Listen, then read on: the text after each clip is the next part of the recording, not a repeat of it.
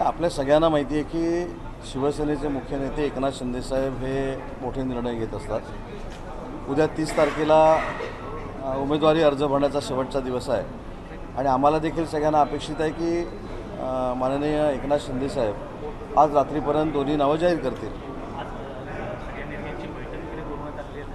हां, नक्कीच नेत्यांची बैठक आहे, उपनेत्यांची देखील बैठक आहे।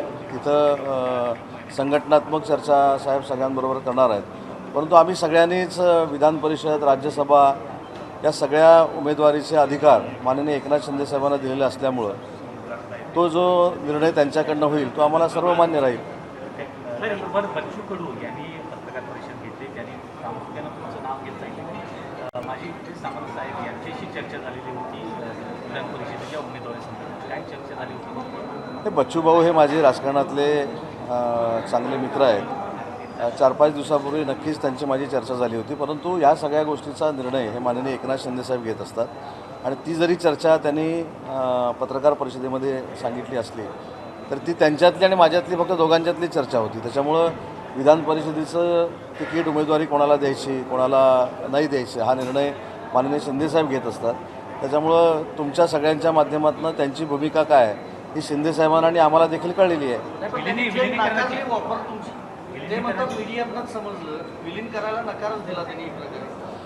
नाही, मुद्दा असा आहे की पहिलं बच्चू भाऊंना उमेदवारी जाहीर झाली हे आम्हाला देखील मीडियामधूनच कळलं। त्याच्यामुळे त्यांनी पत्रकार परिषदेमध्ये सांगितलेली गोष्ट खरी आहे की आपल्या माध्यमातून ज्या सूत्रांकडनं आलेल्या माहित्या होत्या त्याच बघून आम्ही देखील आमच्या मनामध्ये काही आमचे ठोकताळे बांधत होतो। त्याच्यामुळे आज त्यांनी पत्रकार परिषद घेऊन या सगळ्या गोष्टीला पूर्णविराम दिलेला आहे। म्हणजे माझ्या आणि त्यांच्या चर्चेमध्ये मी जी पत्रकार परिषद बघितली त्याच्यामध्ये विधान परिषदेच्या बाबतीमध्ये उदय सामंतबरोबर मी चर्चा केली असं त्यांनी कुठेही म्हटलेलं नाही। त्यांची आणि माझी फोनवर चर्चा झाली। मी काय सांगतो की माननीय बच्चूभाऊ कडू हे माझे मित्र आहेत, विधिमंडळात त्यांनी अनेक वर्ष आम्ही एकत्र काम केलेलं आहे। त्याच्यामुळे मित्र म्हणून नुसत्या चर्चा होतात, परंतु ती चर्चा ही आमच्या दोघांमधलीच होती। ती चर्चा शिंदेसाहेबांबरोबर जर झाली असती तर ठीक आहे, पण ती शिंदेसाहेबांबरोबर चर्चा झालेली नाही। आणि मी सुरुवातीलाच सांगितलं की एकनाथ शिंदेसाहेब राज्यसभा, विधान परिषद, विधानसभेची उमेदवारी हे सगळे निर्णय माननीय शिंदेसाहेब घेत असतात आणि शिंदेसाहेब जो निर्णय विधान परिषदेच्या 2 जागांचा घेतील तो आम्हाला मान्य असेल। साहेब, उद्धव ठाकरे हे जर बटाकडनं महाविकास आघाडीचे उमेदवार असतील तर ही निवडणूक बिनविरोध होईल असे दावे वारंवार संजय राऊत करतात। महायुतीचे नेते ते काय म्हणतात मला माहीत नाही, परंतु उमेदवार जर 10 झाले तर काय, त्याच्यामुळे उमेदवार जर 10 झाले तर महायुतीचे 9 उमेदवार निवडून येतील याची आम्हाला खात्री आहे। सर, हिंदी में शिवसेना अगर 2 उम्मीदवारों का कोटा है बावजूद और एक उम्मीदवार उतारने की कोशिश में है, सोच रही है? नहीं, ये सब निर्णय माननीय एकनाथ शिंदे साहब लेते हैं, आपको भी पता है। और 2 उम्मीदवार देना या 3 उम्मीदवार देना ये भी पूरा अधिकार माननीय एकनाथ शिंदे साहब का है।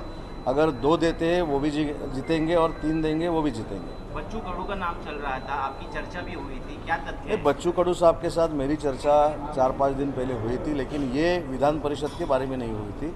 विधान परिषद का पूरा निर्णय माननीय एकनाथ शिंदे साहब लेते हैं। वो आज रात तक या कल सुबह तक हमारे 2 उम्मीदवार कौन रहेंगे ये खुद लिस्ट वो जारी करेंगे और इसका अधिकार पूरा एकनाथ शिंदे साहब को ही है। क्या उद्धव ठाकरे के खिलाफ एक और उम्मीदवार प्रत्याशी उतारकर शिवसेना एक चैलेंज खड़ा करेगी?